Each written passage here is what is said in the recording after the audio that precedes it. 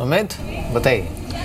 शिखरा मेहर, आज जो कंपनी चुनी गई है वो पावर एंड इंफ्रा स्पेस से चुना है, जीनस पावर को चुना गया है। चुनने की वजह पहले तो लास्ट क्वार्टर के नंबर कंपनी के एक अच्छे टर्न अराउंड वहाँ पर आता दिखाई पड़ा और इस क्वार्टर के नंबर्स भी कंपनी काफ़ी साउंड रहेंगे। पिछले क्वार्टर में कंपनी के जो मुनाफा था उसमें करीब 20% ऑपरेटिंग प्रॉफिट पर और अदरवाइज नेट प्रॉफिट के लिहाज से भी देखें तो रफली 40 से 45% का एक इजाफा आता दिखाई पड़ा। इस क्वार्टर के नंबर से भी सिक्वेंशली देख लें या फिर YOY बेसिस पे देख लें, दोनों ही लिहाज से कंपनी के नंबर से अच्छे रह सकते हैं। करीब 20 से 30% मुनाफा YOY बेसिस पे बढ़ने का अनुमान लगाया जा रहा है और प्रॉफिट मार्जिन भी रफली 2% के आसपास तिमाही के अंदर बढ़ सकते हैं। Specially input cost ease out हुई है और खास तौर से कंपनी ने उन ऑर्डर्स पे काम करना शुरू कर दिया जो कि काफ़ी हाई मार्जिन है। पिछले क्वार्टर से कंपनी ने ट्रेंड शुरू किया और इस क्वार्टर में वो कैरी फॉरवर्ड हो सकता है। 660 करोड़ रुपए के आसपास ही कंपनी की ऑर्डर बुक है जो कि पिछले FY15 की सेल्स से 1.25 गुना, यानी कि जो अगले 1 से 1.5 साल की ऑर्डर विजिबिलिटी है वो भी कंपनी को लेकर काफ़ी क्लियर है। तो एक अच्छी ऑर्डर बुक भी कंपनी मेंटेन कर रही है। इसके अलावा पिछले 3 साल से अगर आप डेट की हिस्ट्री देखें तो कंपनी ने अपने डेट को ही करीब 40% रिड्यूस किया है। एक तरफ से इंटरेस्ट कॉस्ट भी ईज आउट हुई है कंपनी के लिए और दूसरा कंपनी ने अपने डेट को रिड्यूस किया। ये सब्सटेंशियली कंपनी के लिए जो कैश फ्लोज है वो इंडिकेट करता है कि एक अच्छे कैश फ्लोज आ रहे हैं, जिस लिहाज से कंपनी ने अपने डेट को ईज आउट किया है। साथ ही साथ ऑपरेटिंग प्रॉफिट मार्जिन रफली 5% के आसपास की और नेट प्रॉफिट मार्जिन भी 3% के आसपास कंपनी मेंटेन कर रही है और जो growth trajectory operating profit margin company ने दिखाई है पिछले 3 साल के दौरान अपनी बाकी कॉस्ट को ईज आउट करने की वजह से वो काफ़ी अच्छे हैं। इसके अलावा कैश EPS करीब 3.5 रुपये के आसपास की और सेक्टर वैल्यूएशन वाइज भी देखें तो बाकी जो पीयर्स है सेक्टर के उसके कंपैरिजन में काफ़ी सस्ते हैं। कई रिपोर्ट इसमें है, आनंद राठी की रिपोर्ट है, वे टू वेल्थ की रिपोर्ट है और जो कंसेंसस आ रहा है वो रफली 60 से 65 रुपये के आसपास के टारगेट्स दे रहे हैं। 50 से 60 रुपये के आसपास की बुक वैल्यू भी है, तो मोर लेस बुक वैल्यू के भी आसपास शेयर कामकाज कर रहा है। 64 रुपये के टारगेट्स के लिए यहाँ पे खरीदारी चलने की राय दी जा रही है। वे टू वेल्थ की रिपोर्ट को रेफर किया गया है। बिल्कुल। ऑलराइट, तो नज़र रखिएगा इस पर। और ये इस समय एज वी स्पीक करीब 9% ऊपर, 10% ऊपर इस समय ट्रेड करते हुए। शुक्रिया सुमित। मानस आपका भी शुक्रिया और राजेश आपका भी शुक्रिया हमारे साथ इस बातचीत में शामिल होने के लिए। हमारे साथ अब और एक ख़ास मेहमान जुड़े हैं, विकास खीमानी हमारे साथ जुड़े हैं इलवाइज से। Vikas, morning to you. How are you doing? क्या लग रहा है मार्केट को देखकर इस समय? बिकॉज एटलीस्ट पिछले 2 दिन से तो हम देख रहे हैं that the global cues are also slightly better. The Chinese data या फिर इवन इन US जो कॉर्पोरेट अर्निंग्स आई हैं, of course we are in the middle of result season here as well. आपका व्यू क्या है फिलहाल मार्केट्स पर?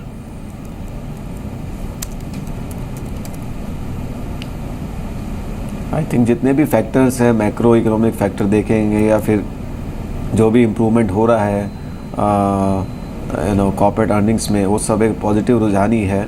तो अगर इंडियन बाज़ार में आप देखेंगे तो लगभग जितनी भी गिरावट या कोई भी वॉलेटिलिटी आती है वो कुछ न कुछ ग्लोबल फैक्टर्स को लेके आती है। तो जब भी थोड़ा भी उधर कुछ माहौल के ऊपर अनिश्चितता बनती है तो उसका इफ़ेक्ट भारतीय बाज़ारों पर देखने को पड़ता है। पर वो एक रिस्क है, आपको हमेशा उसके साथ रहना पड़ेगा। मुझे लगता है कि भारतीय बाज़ार एक बहुत ही स्ट्रॉन्ग पोजीशन के अंदर है। मैक्रो फैक्टर सारे अच्छे हैं, इंटरेस्ट रेट नीचे आ रही हैं, कॉर्पोरेट अर्निंग्स ऊपर जा रही है, GDP ग्रोथ में बढ़ावा हो रहा है, इन्फ्लेशन नीचे में है। सो आप जितने भी फैक्टर्स को आप देखेंगे ये एक बहुत ही अच्छी सिचुएशन है या और लिक्विडिटी सिचुएशन भी काफ़ी बेटर है both in equities and date.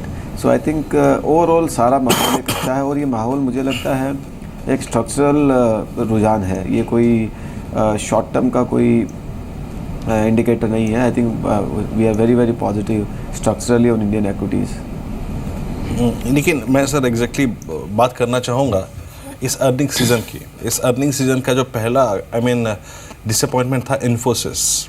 हालांकि जिस प्रकार के नंबर्स थे, जिस प्रकार का गाइडेंस कट था, प्राइस परफॉर्मेंस उससे बिल्कुल डिफरेंट है। और आई थिंक बीते 2 महीने की price performance versus facts and versus figures थोड़ा कॉन्ट्रेरी है सर।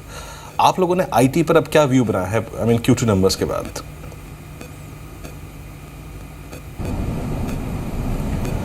IT एक ऐसा सेक्टर है जिसके ज़्यादा से ज़्यादा वॉल्यूम ग्रोथ जो आनी है वो बाहर के बाज़ारों से आनी है, बाहर की इकोनॉमीज़ के आनी है। तो उधर कोई भी अगर उतार चढ़ाव होगा या कोई भी ऐसी एक्सपेक्टेशन बनेगी तो उसका इम्पैक्ट इन कंपनीज के नतीजों के ऊपर, एक्सपेक्टेशंस के ऊपर आएगा। तो एक पिछले 2-3 महीनों में ग्रोथ स्लो डाउन का बड़ा माहौल बना हुआ था, तो जो ऑलरेडी काफ़ी हद तक आईटी कंपनी के शेयर प्राइसेस में फैक्टर हो चुका था। तो इसलिए जब रिजल्ट्स आए तो मार्केट इतना सरप्राइज़ नहीं हुआ, क्योंकि there was no surprise factor, markets में वो काफ़ी हद तक सेंसिटाइज हो चुका था। तो और ऐसा भी कोई नहीं है कि मतलब 10-12% की ग्रोथ जो आ रही है वो भी कोई मतलब ख़राब ग्रोथ नहीं है। आई मीन ये सब कंपनी अगर एक दूसरी तरह से आप कंपेयर करेंगे तो सारी की सारी एफएमसीजी कंपनीज जो हैं वो भी तो 8 से 10% का ही ग्रोथ देती है, पर आईटी कंपनीज के अंदर similar kind of growth is seen है, poor growth. So I think ये अच्छी कंपनियां हैं, इनका ग्रोथ डेफिनेटली कम है पहले से, पर वैल्यूएशंस भी उस हिसाब से कम है। सो मुझे लगता है, और ये आईटी शेयर्स जो हैं सारे इन्वेस्टर्स अपने पोर्टफोलियो में एक हेज के तरीके से रखते हैं, क्योंकि ये एक करेंसी के प्रति हेज है, ये एक इकोनॉमी में हेज है। तो डाइवर्सिफाइड पोर्टफोलियो, आप बाहर के बाज़ारों के ऊपर एक्सपोज हो, तो खाली एक डोमेस्टिक इकोनॉमी के ऊपर ही डिपेंडेंट नहीं हो। तो एक जनरली सब इन्वेस्टर्स एक कुछ ना कुछ एक्सपोजर उस पर रखते हैं, और उसमें काफ़ी शेयर्स अंडर वैल्यू भी हो चुके हैं। तो सब 8 से 12 टाइम के पी पे काफ़ी स्टॉक्स मिल रहे हैं। तो मुझे लगता है कि उसके अंदर लॉन्ग टर्म इन्वेस्टर्स आके देखेंगे। विकास, इनफैक्ट ये जो मुद्दा आपने उठाया ना, I was anyways gonna ask you about this कि मार्केट में स्पेशली विद इन निफ्टी क्या कोई structural shift in terms of momentum आप होता देख रहे हैं? यानी ऑटो या फिर banking who have been supporting so far market momentum, उनसे कुछ हद तक ये रैली या मोमेंटम आप शिफ्ट होता देख रहे हैं towards IT stocks, oil and gas के कुछ एक स्टॉक्स जो हैं उनकी तरफ? आई मीन क्या वो पैटर्न है इस समय मार्केट में?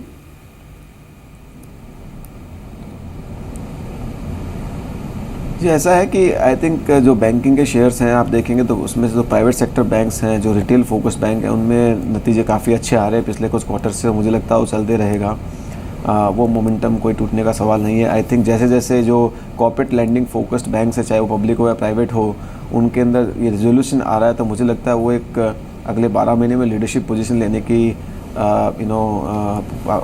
पॉसिबिलिटी रखते हैं। आप दूसरा देखेंगे तो मुझे लगता है ये क्वार्टर में सम सिक्लिकल कमोडिटीज़ जो पिछले कई क्वार्टर्स में नेगेटिव कंट्रीब्यूट कर रहे थे, वो आई थिंक अभी धीरे धीरे पॉजिटिव साइड में बढ़ रहे हैं। सो आई थिंक वो एक थोड़ा सा शिफ्ट उनमें हो सकता है। आईटी वगैरह कॉर्पोरेट अर्निंग्स में बहुत शिफ्ट नहीं होगा, और मुझे नहीं लगता कि इन्वेस्टर्स बहुत बड़ा IT as a sector can take a lead in the overall market for Nifty, क्योंकि उसमें एक पुअर ग्रोथ का माहौल बना रहेगा। वो तुरंत उसमें कोई बड़ा सुधार आने वाला नहीं है। हम लोग सेक्टर पे पॉजिटिव है, पर मैं कह रहा हूँ कि ये can not take a lead in the market, and it will definitely do in line. So मुझे लगता है कि ओवरऑल जैसे जैसे कॉर्पोरेट अर्निंग्स ब्रॉड बेस होंगी, जैसे जैसे माहौल चल रहा है, आई थिंक पहले जैसे मैं बताया कि सिक्लिकल कमोडिटी नेगेटिवली कंट्रीब्यूट कर रही थी, वो न्यूट्रल होगी, फिर पॉजिटिव कंट्रीब्यूट करेंगी। कॉर्पोरेट लेंडिंग बैंक्स हैं जो वो पॉजिटिव कंट्रीब्यूट करना चालू कर देंगी जैसे जैसे एसेट क्वालिटी इशू सुधरता जाएगा। तो एक पूरा ओवरऑल जो 5-6% की न्यूट्रल टू 5-6% की ग्रोथ है, वो एक 17-18% की अर्निंग्स ग्रोथ में कन्वर्ट हो जाएगी अगर अगले आप 6 से 12 महीने का समय देखेंगे। तो उसके बाद वो जैसे जैसे आने लगेगा मार्केट में उसका रिफ्लेक्शन आना चालू हो जाएगा।